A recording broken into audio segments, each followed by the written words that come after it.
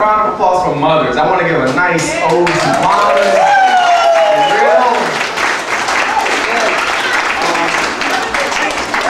My mother was my hero. She was one of these single moms. She raised me on her own in Washington, D.C. Any D.C. people in the house, man?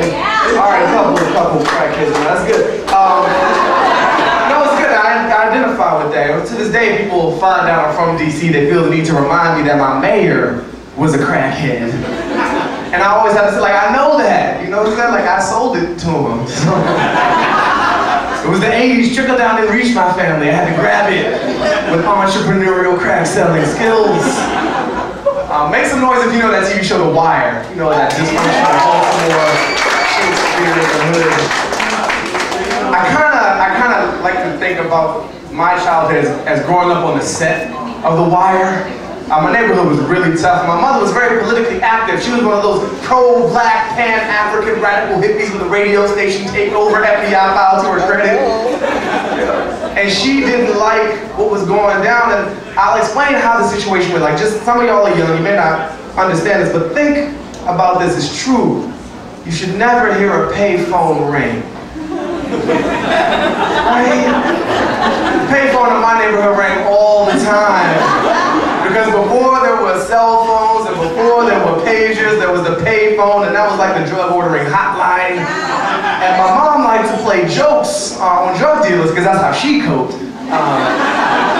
She liked to answer the drug ordering hotline with her favorite. This is her favorite line: "Hello, 4th District Police Precinct. How may I help you?" It's hilariously dangerous.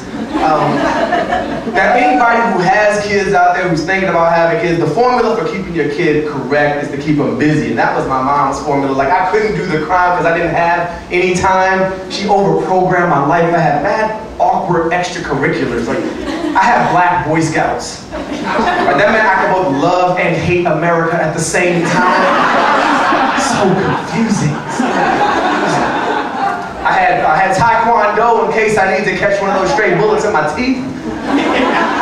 And because of her political affiliations, I had a apartheid lecture series, you know what I'm saying, like at age 8, that I led. Really interesting student conversations at my house. And once she had created this revolutionary bundle of joy, she saw fit to unleash me upon white people in the form of private school. Thank you, Mother. Oh my goodness, it was awkward. I was a fish out of water. I tell you, the first day I showed up, I didn't really fit in. I had a mild case of ebonics. I used to ask people questions. And then I learned different things about being in the school. Now, I was used to a world where teachers talk, students shut up and listen. But what I found out is if you're the only black kid in a class, you're automatically deputized as a sort of assistant professor X. That means whenever anything black comes up at all eyes swivel toward me, as I'm expected to whip out my copy of the Negropedia, Comprehensive Black Guide to the Education of White Folks. I could have made so much money off of that book. No lie, we be in science class talking about black lung. Nobody wants to take a position. It's like, yo, let's see what Baratunde has to say about this.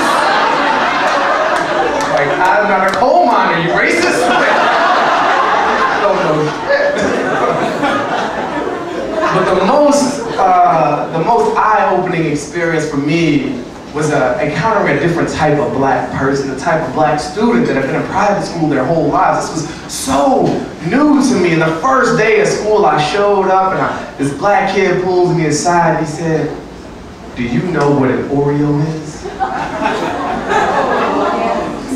was like, "Yeah, it's a cream-filled chocolate wafer, manufactured by the Nabisco Corporation since 1952, and it's mad tasty." You know what I'm talking about. He said, "No, an Oreo is somebody who's black on the outside and white on the inside." That's deep, but he didn't stop there. He was like, "You see Daryl? Daryl's an Oreo." I'd never seen Daryl before in my life. I look across the way, I see a slightly nerdy, skinny black kid hanging out with a bunch of white friends, and I think, now that is how you finance a presidential campaign.